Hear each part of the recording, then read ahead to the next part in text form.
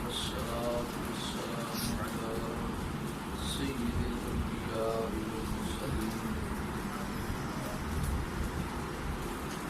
وعلى آله الطيبين الطاهرين وعلى علماء المتقين وأولياء المؤمنين وشهداء محبته أجمعين. أما بعد فأعوذ بالله من الشيطان الرجيم. بسم الله الرحمن الرحيم.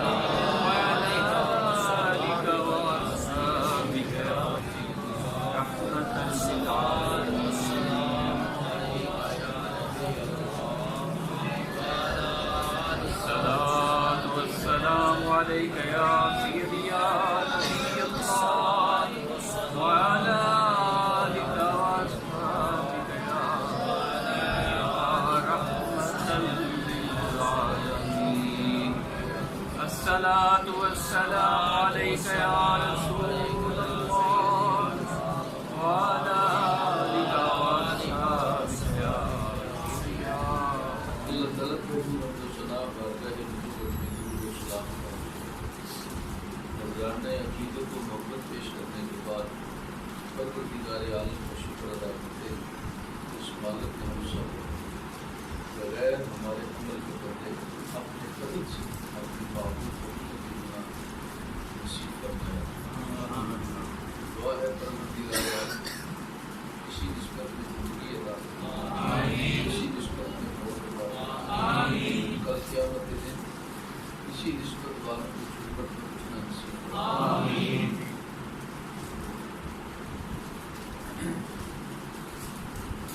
اللہ تعالیٰ کو ہم سب پر ایک کرم و بنا فضل و احسان ہے. اس کا ہم سب سے پہلے شکر ادا کرتے ہیں. یا اللہ تو نے ہمیں اپنے ذکر کے لیے پسند فرمایا.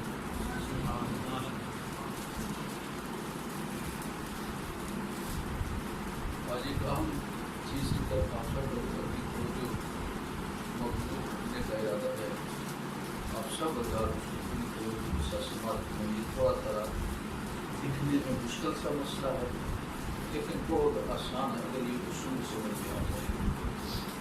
وہ کیا ہے؟ جو کام بھی کریں اللہ کی رضا کے لیے، اللہ کی رضا کے لیے، جو بھی اللہ کی رضا کے لیے جو کام کریں گے اللہ کی رضا کے لیے. یہ جو ہم نے زبان سے بولا ہے، اب آپ دیکھیے کیا آپ کا دل اس کی گواہی دے رہا ہے؟ یہ ذرا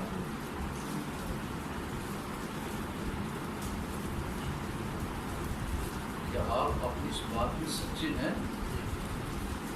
میں اللہ کی رضا کے لیے کرنا چاہتا ہوں، میں کر رہا ہوں. یہ غور کریں. اور اگر آپ کے دل میں یہ بات سچائی کی حد تک ہے تو پھر اس کے علاوہ کچھ چاہت نہیں ہونی چاہیے. اور اگر اس چاہت کے ساتھ ایک اور چاہت شامل ہوگی تو سمجھیں آپ اپنی بات میں سچے نہیں. یہ صرف زبان کا یا الفاظ کا ہیر پھیر ہے. حقیقت میں اندر اور دل اور زبان ایک جیسی ہے.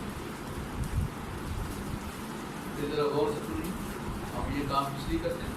اللہ کی رضا کے لیے. دل سے پوچھیں آپ کا دل کیا گواہی دیتا ہے. اگر آپ اللہ کی رضا کے لیے کرتے ہیں تو پھر اللہ کی رضا سے بڑی رضا کوئی نہیں. تو کہیں کسی اور کی رضا اس رضا کے درمیان میں آڑ تو نہیں بن جاتی. اگر کسی اور کی رضا اپنا نفس ہے رضا ہی کرتا ہے، میری بےزتی نہ ہو جائے، میرے لیے مسئلہ نہ خراب ہو جائے، یا مجھے کوئی مقدمہ نہ بن جائے، یا کوئی بندہ مجھ سے ناراض نہ ہو جائے.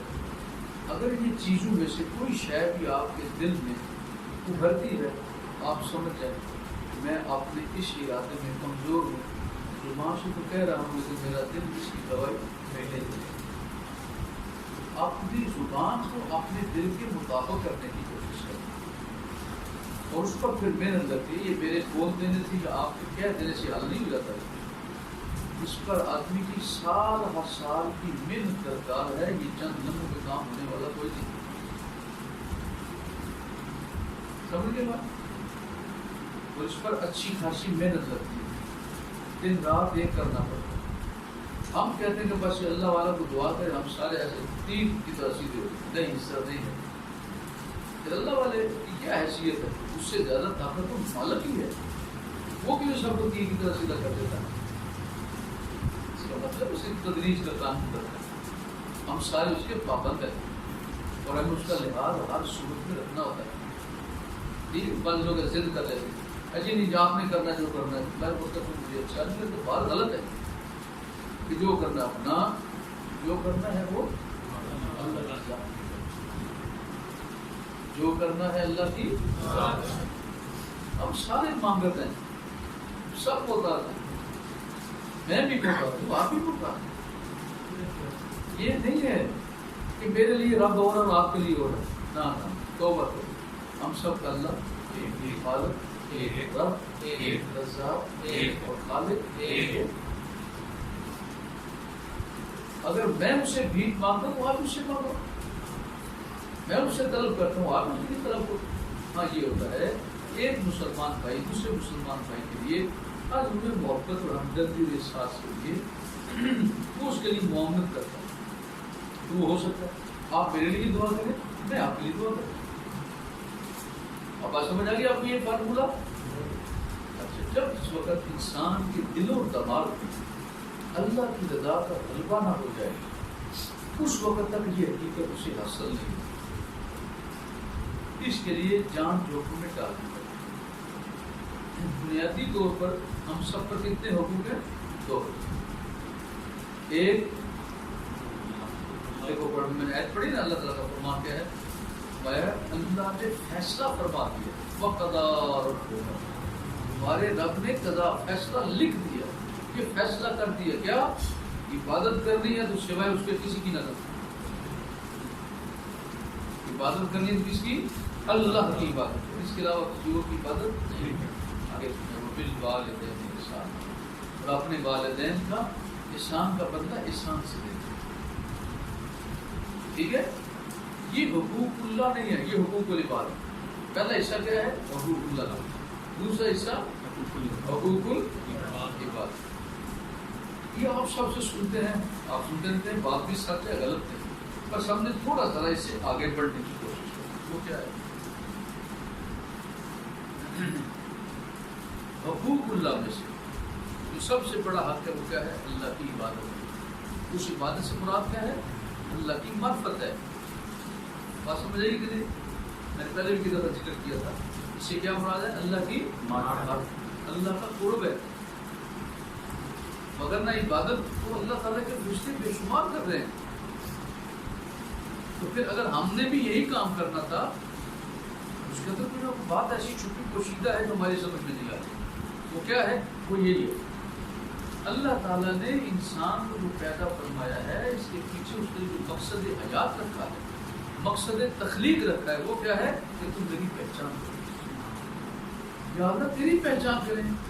تو نہ ہماری سمجھ میں آنے والا، نہ ہماری آنکھ میں آنے والا، نہ ہماری پکڑ میں آنے والا. پھر کیسے؟ مایا وہ تمہارے ذمے نہیں ہے، وہ میرے ذمے ہے. تم اپنے آپ کو اس کام کے لیے تیار کر کے پیش تو کرو، پھر راستے دیکھو میں کیسے کھول دیتا ہوں.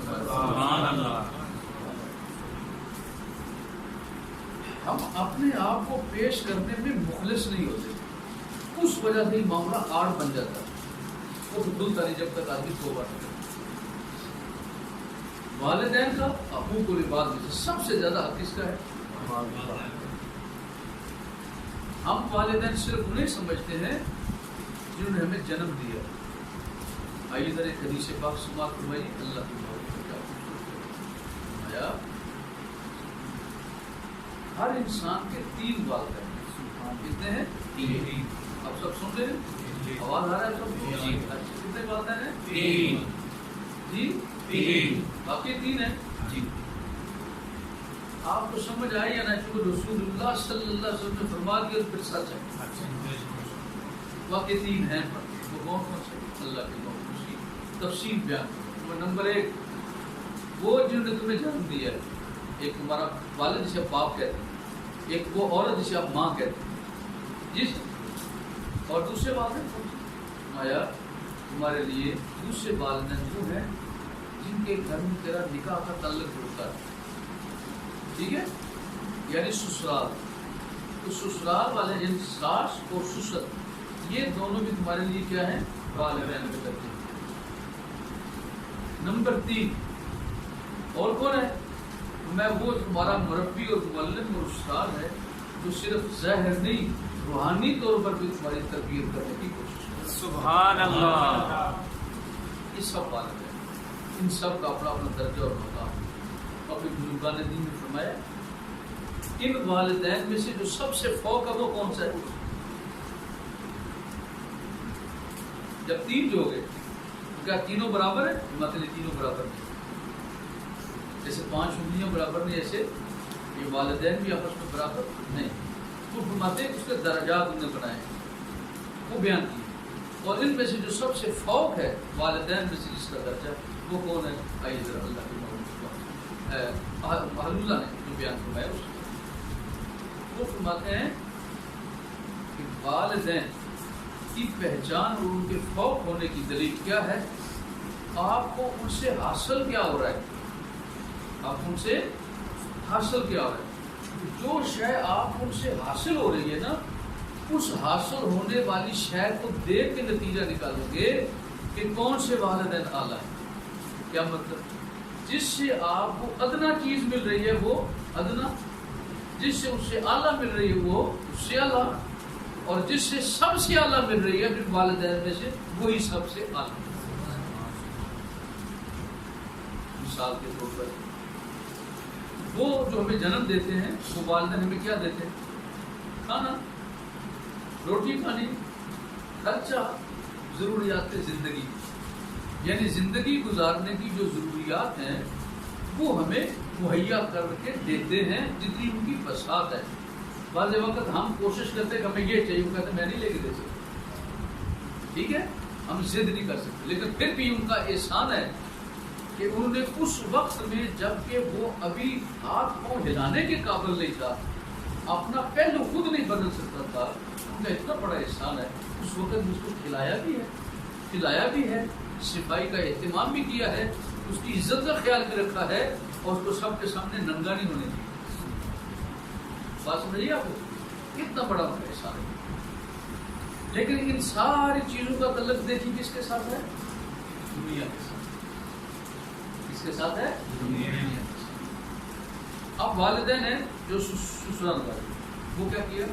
انہوں نے آپ کو اپنی بیٹی، چونکہ آپ مرد بیٹے سے آپ کی بات کرتے ہیں، انہوں نے کیا کیا؟ آپ کو بیٹی دے کے اپنا بیٹا بنا۔ اسی طرح ان کے لیے بھی یہ نہیں ہے کہ مرد کے لیے ضروری ہے کہ وہ اپنے ساس سسر کا ادب احترام کرے، نہیں، عورت کے لیے ضروری ہے وہ بھی اپنے ساس سسر کا اسی طرح ادب احترام کرے۔ لیکن یہ تعلق بھی دیکھیے کیسا ہے، عورت بھی اللہ تعالیٰ کی عطا کردہ، مرد بھی اللہ تعالیٰ کی تخلیق ہے، اور ان دونوں کا یہ ربط جو ہے یہ کیسا ہے؟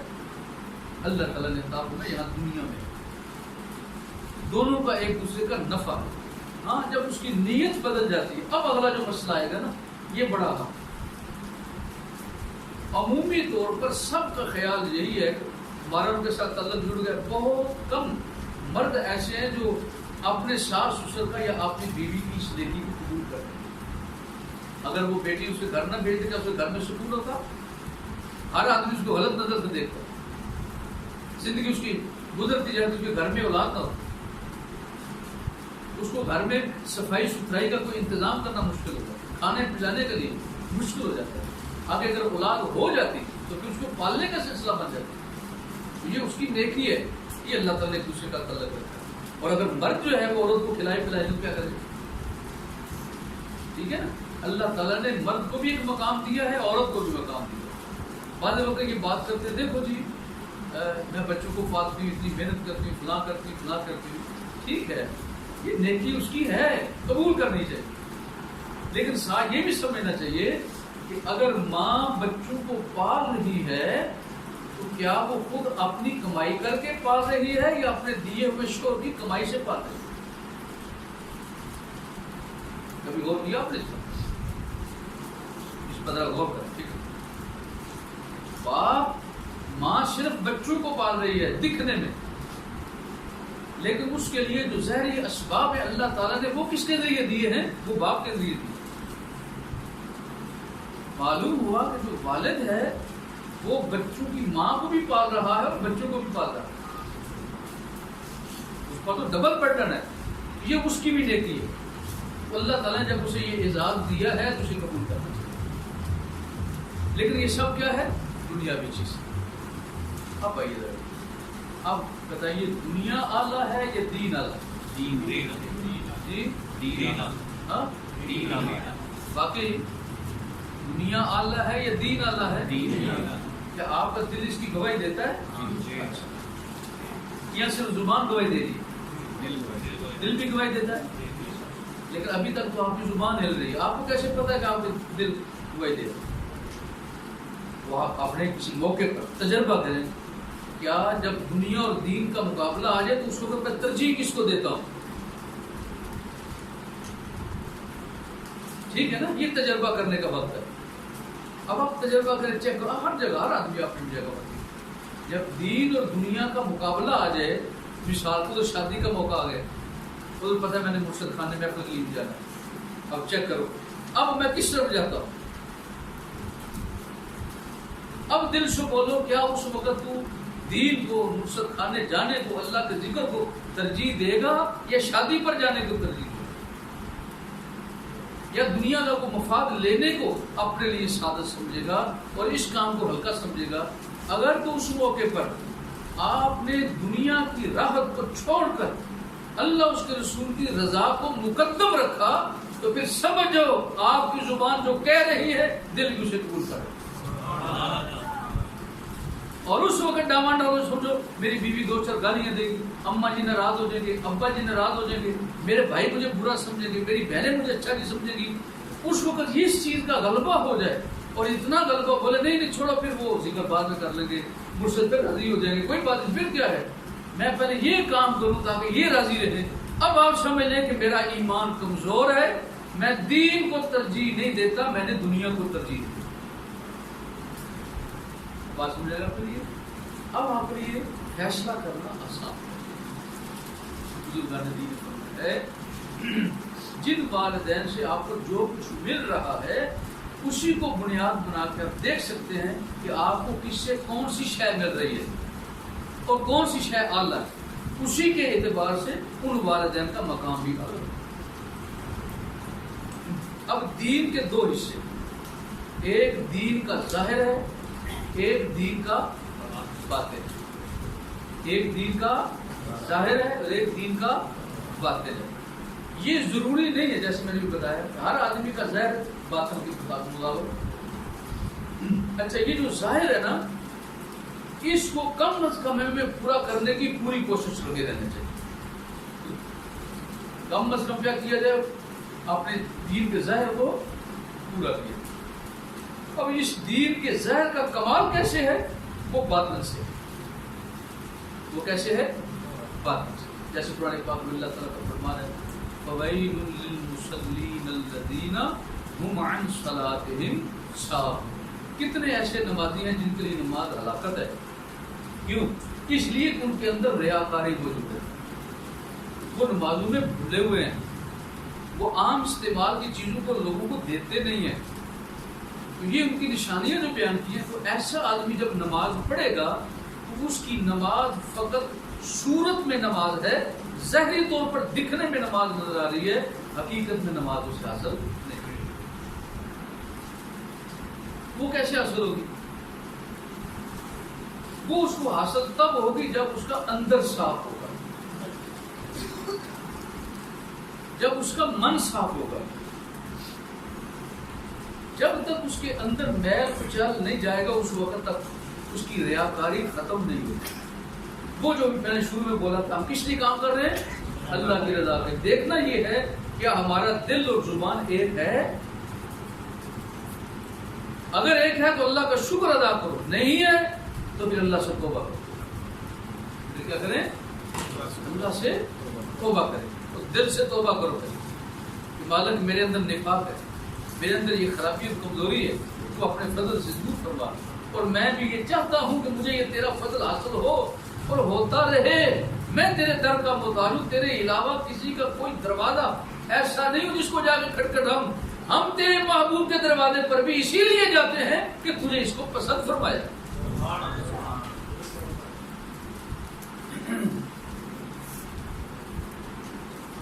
اب ہمیں وہ والدین جن سے ہم سیکھتے، جنہیں ہم استاد کہتے ہیں، استاد دو طرح کا، ایک وہ جو ظاہری علم دیتا ہے، ایک وہ ہے جو روحانی علم دیتا ہے۔ اب آپ غور سے بتائیے، ظاہر اعلیٰ ہے یا باطن؟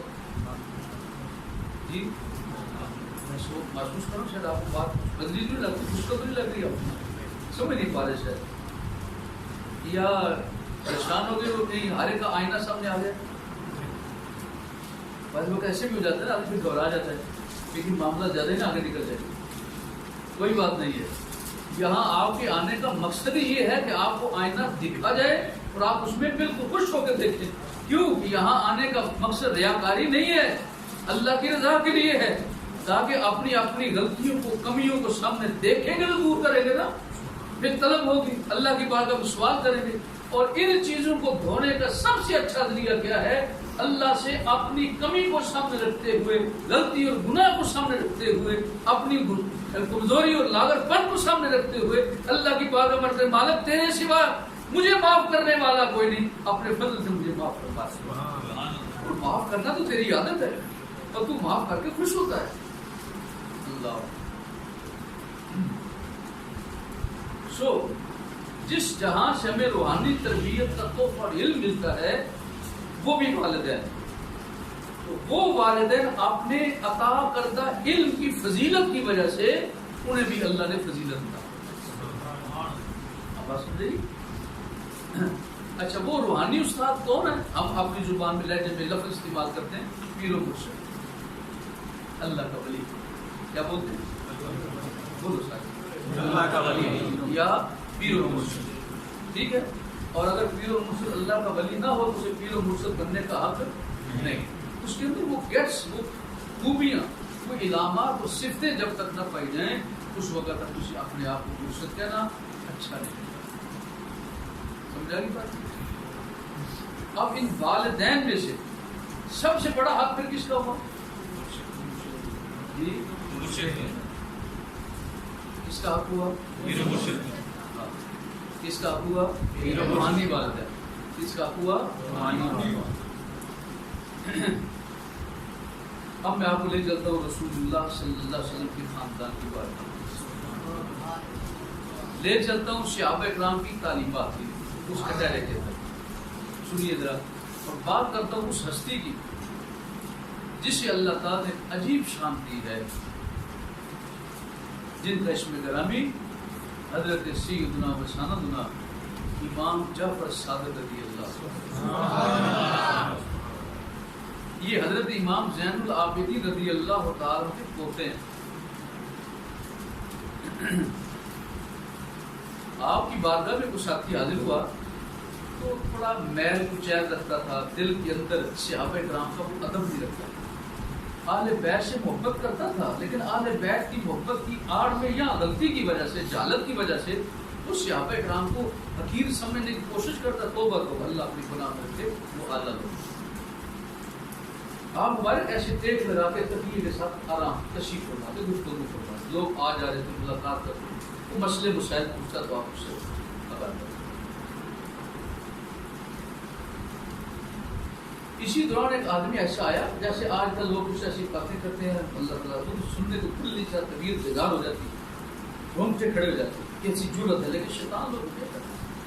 بس میں آپ سے اس لیے بات کر رہا ہوں، اپنا اپنا ایمان بچاؤ، اور جہاں کہیں ایسے خبیثوں کے ساتھ ضرورت پڑ جائے اللہ کا نام بلند کرنے کے لیے ڈرنے کی ضرورت ہے، لڑ جاؤ، خیر ہے، جان اسی کی دی ہوئی ہے، اسی کے نام پر قربان ہو جائے تو سبحان اللہ۔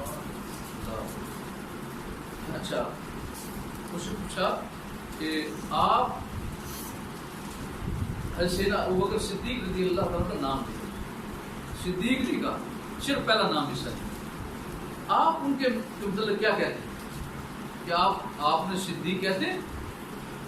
ایسے نا امام جعفر صادق رضی اللہ ایسے آرام سے ایک لگا ایسے تیزی کے ساتھ کیسے بیٹھے، میں ہاں ہوا صدیق ہوا صدیق ہوا صدیق۔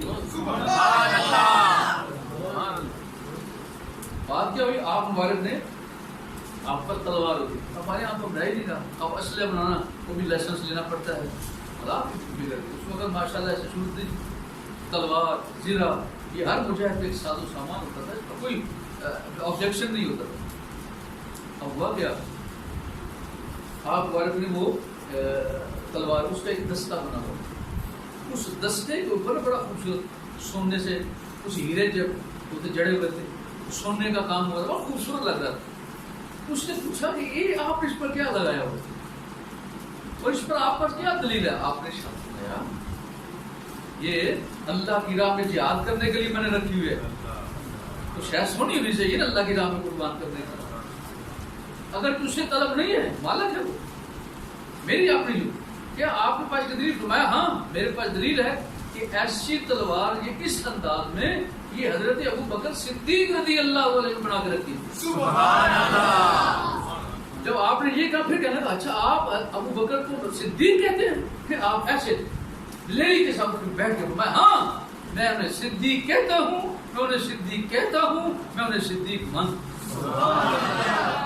بڑا حیران ہو گیا، اچھا اور میں تو منافق لگتا ہے، اٹھ نکل جائے جیسے بلا دی نہیں، میں آپ سے محبت کرتا ہوں، تو میں تو ہم سے محبت کرنے کا یہ مقصد تو نہیں کہ رسول اللہ کے دوستوں کے خلاف وہ بات کرے، نہیں، خبردار، رسول اللہ صلی اللہ علیہ وسلم کی نسبت سے ہم اہل بیت ہیں، اور صحابہ بھی رسول اللہ کی نسبت کی تربیت کی وجہ سے صحابہ ہیں۔ سبحان اللہ۔ پھر کسی اور پوچھا آپ سے سوال، آپ حضرت ابو بکر صدیق رضی اللہ عنہ کا ادب کرنے سے کیا وجہ ہے؟ اب آپ نے وہ مزے کی بات ہوتی جو آپ سے میں بتانا چاہ رہا ہوں، وہ ساری گفتگو کا نچوڑ تھا، وہ کیا ہے؟ آپ نے فرمایا والدنی الصدیق مرتین، میرا صدیق اکبر رضی اللہ تعالیٰ عنہ سے ایک حیثیت سے تعلق نہیں، دو حیثیت سے تعلق ہے۔ وہ کیسے؟ فرمایا وہ میری ایک اعتبار سے والد نہیں ہے، دو دفعہ میرے والد بنتے ہیں، وہ میرے دو دفعہ والد بنتے ہیں، ایک ظاہری نسبت کے اعتبار سے اور ایک روحانی نسبت کے اعتبار سے، ایک ظاہری نسبت کے اعتبار سے یعنی خاندانی رشتہ داری، اور دوسری روحانی کہ آپ بھی صدیقی ہیں، وہ صدیقی فیضان حضرت سیدنا امام جعفر صادق رضی اللہ تعالیٰ عنہ کو بھی حاصل ہو۔ سبحان اللہ۔ بات سمجھے آپ؟ تو مرشد حقیقت میں اپنے مرید کو ایک نیا جنم دیتا ہے، ایک نئی زندگی دیتا ہے، دینے سے مطلب یہ نہ لے لیجیے غلط، مطلب اللہ کے حکم سے مالک اس کے لیے پسند کے فرمایا، تو پھر اس کے لیے ان چیزوں کا لحاظ اور خیال رکھنا بھی اشد ہے۔ اب ان ساری چیزوں کو جب آپ نے سمجھ لیا، اب جو ساری گفتگو کا نچوڑ ہے وہ ایک ہی جملہ ہے، وہ کیا ہے؟ ان صلاتی ونسکی ومحیای ومماتی للہ رب العالمین۔ کیا مطلب؟ مطلب یہ ہے کہ جب والدین ہوں، بہن بھائی ہوں، بیوی بچے ہوں، استاد ہوں یا ساس و سسر ہو، حتیٰ کہ مرشد کا بھی تعلق ہو، لیکن جب تعلق آ جائے اللہ کی محبت کا، پھر اللہ کی محبت پر ساری محبتیں قربان۔